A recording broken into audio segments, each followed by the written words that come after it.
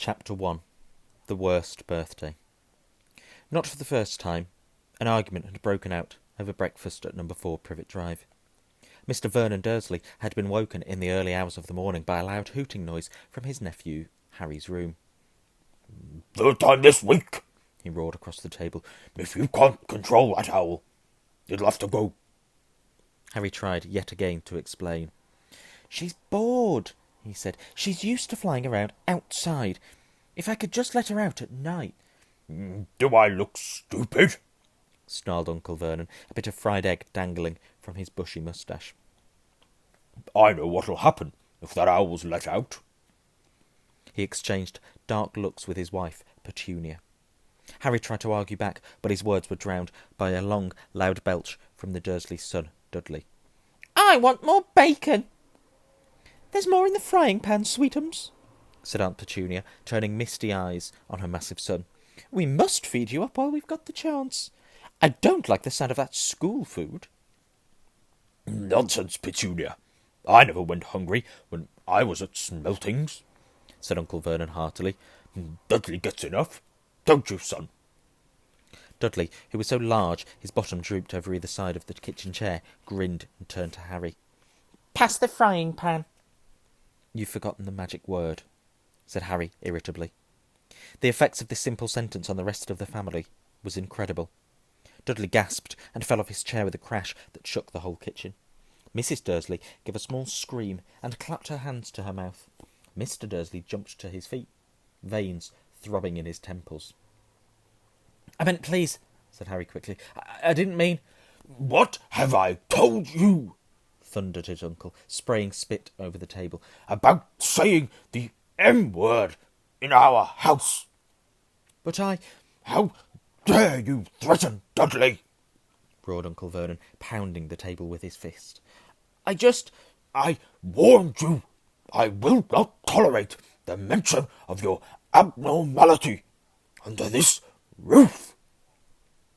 Harry stared from his purple-faced uncle to his pale aunt, who was trying to heave Dudley to his feet. "All right," said Harry. "All right." Uncle Vernon sat back down, breathing like a winded rhinoceros, and watching Harry closely out of the corners of his small, sharp eyes. Ever since Harry had come home for the summer holidays, Uncle Vernon had been treating him like a bomb that might go off at any moment, because Harry wasn't a normal boy. As a matter of fact, he was as not normal as it is possible to be. Harry Potter was a wizard fresh from his first year at Hogwarts School of Witchcraft and Wizardry, and if the Dursleys were unhappy to have him back for the holidays, it was nothing to how Harry felt. He missed Hogwarts so much it was like having a constant stomachache. He missed the castle, with its secret passageways and ghosts, his lessons, though perhaps not Snape, the potions master. The post arriving by owl, eating banquets in the great hall, sleeping in his four-poster bed in the tower dormitory, visiting the gamekeeper, Hagrid, in his cabin in the grounds next to the Forbidden Forest, and, especially, Quidditch, the most popular sport in the wizarding world. 6 tall goalposts, 4 flying balls, and 14 players on broomsticks. All Harry's spellbooks, his wand, robes, cauldron, and top-of-the-range Nimbus 2000 broomstick had been locked in a cupboard under the stairs by Uncle Vernon the instant Harry had come home. What did the Dursleys care if Harry lost his place in the house Quidditch team because he hadn't practised all summer? What was it to the Dursleys if Harry went back to school without any of his homework done? The Dursleys were what wizards called muggles, not a drop of magic blood in their veins. And as far as they were concerned, having a wizard in the family was a matter of deepest shame. Uncle Vernon had even padlocked Harry's owl, Hedwig, inside her cage to stop her carrying messages to anyone in the wizarding world. Harry looked nothing like the rest of the family. Uncle Vernon was large and neckless, with an enormous black moustache. Aunt Petunia was horse-faced and bony. Dudley was blonde, pink, and porky. Harry, on the other hand, was small and skinny, with brilliant green eyes and jet black hair that was always untidy. He wore round glasses, and on his forehead was a thin, lightning-scaped shaped scar. It was this scar that made Harry so particularly unusual, even for a wizard. This scar was the only hint of Harry's very mysterious past, of the reason he had been left on the Dursleys' doorstep 11 years before. At the age of 1, Harry had somehow survived a curse from the greatest dark sorcerer of all time, Lord Voldemort, whose name most witches and wizards still feared to speak. Harry's parents had died in Voldemort's attack, but Harry had escaped with his lightning scar, and somehow, nobody understood why, Voldemort's powers had been destroyed the instant he had failed to kill Harry. So Harry had been brought up by his dead mother's sister and her husband. He had spent 10 years with the Dursleys, never understanding why he kept making odd things happen without meaning to, believing the Dursley story that he had got his scar in the car crash which had killed his parents. And then, exactly a year ago, Hogwarts had written to Harry, and the whole story had come out. Harry had taken up his place at Wizard School, where he and his scar were famous. But now the school year was over, and he was back with the Dursleys for the summer. Back to being treated like a dog that had rolled in something smelly. The Dursleys hadn't even remembered that today happened to be Harry's 12th birthday. Of course, his hopes hadn't been high. They'd never given him a proper present, let alone a cake. But to ignore it completely... At that moment, Uncle Vernon cleared his throat importantly and said, "Now, as we all know, today is a very important day." Harry looked up, hardly daring to believe it. "This could well be the day I make the biggest deal of my career," said Uncle Vernon. Harry went back to his toast. Of course, he thought bitterly, Uncle Vernon was talking about the stupid dinner party. He'd been talking of nothing else for a fortnight. Some rich builder and his wife were coming to dinner, and Uncle Vernon was hoping to get a huge order from him. Uncle Vernon's company made drills. "I think we should run through the schedule one more time," said Uncle Vernon. "We should all be in position at 8 o'clock. Petunia, you will be..."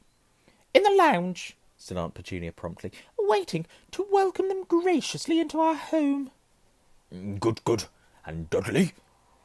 "I'll be waiting to open the door." Dudley put on a foul, simpering smile. "May I take your coats, Mr. and Mrs. Mason?" "Oh, they'll love him," cried Aunt Petunia rapturously. "Excellent, Dudley," said Uncle Vernon. Then he rounded on Harry. "And you?" "I'll be in my bedroom, making no noise and pretending I'm not there," said Harry tonelessly. "Exactly," said Uncle Vernon nastily. "I will lead them into the lounge, introduce you, Petunia, and pour them drinks. At 8:15... "I'll announce dinner," said Aunt Petunia. "And Dudley, you'll say..."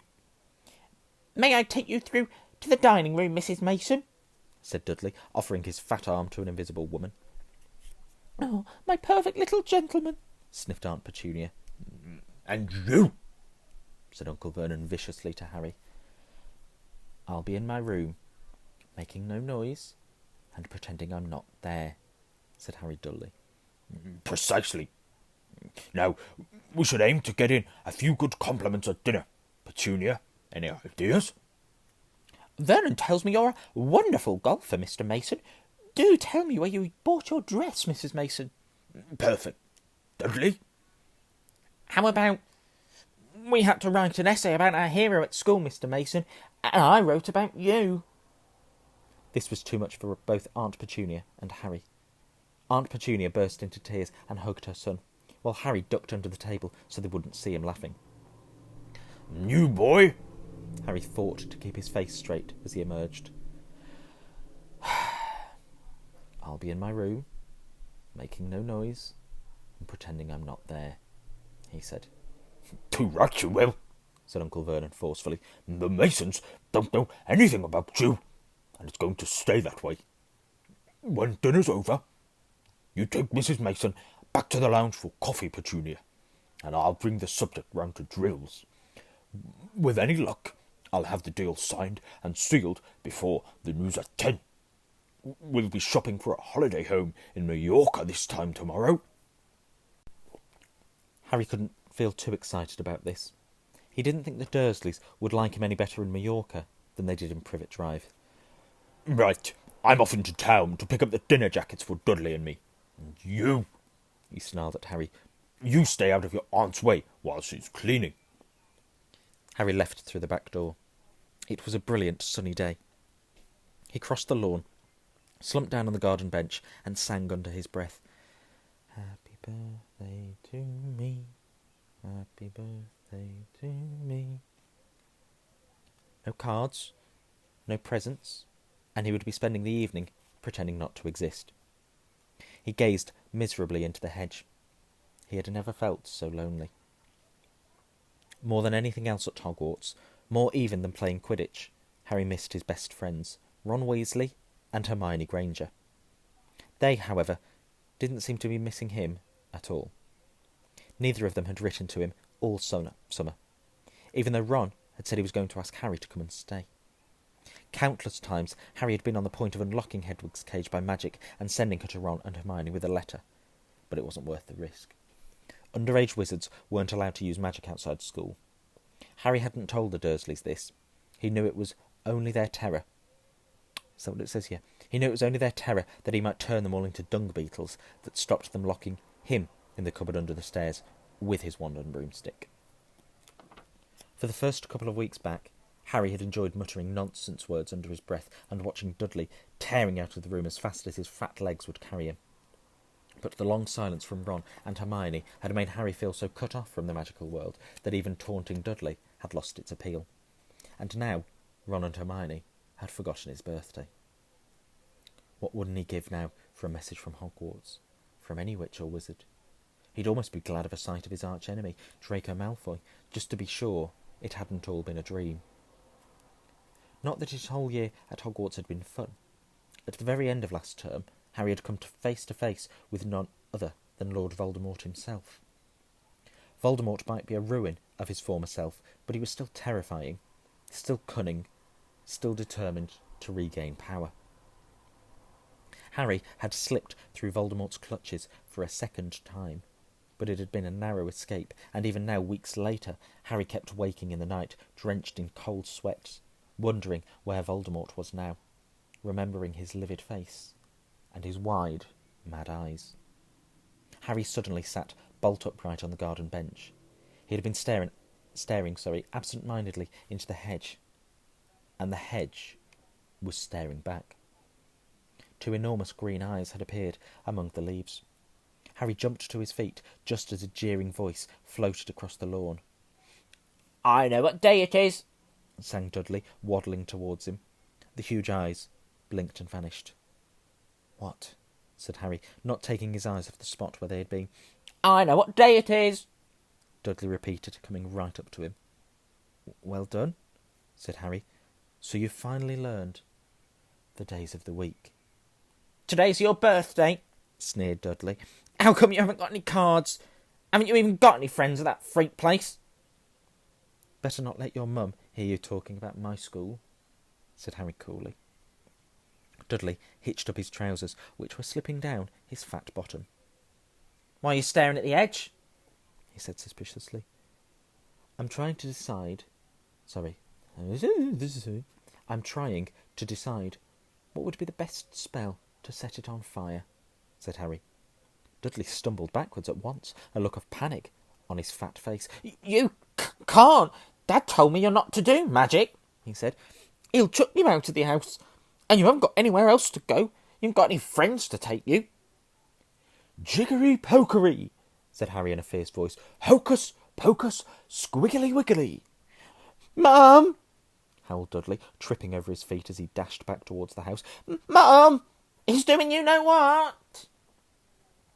Harry paid dearly for his moment of fun, as neither Dudley nor the hedge was in any way hurt. Aunt Petunia knew he hadn't really done magic, but he still had to duck as she aimed a heavy blow at his head with the soapy frying pan.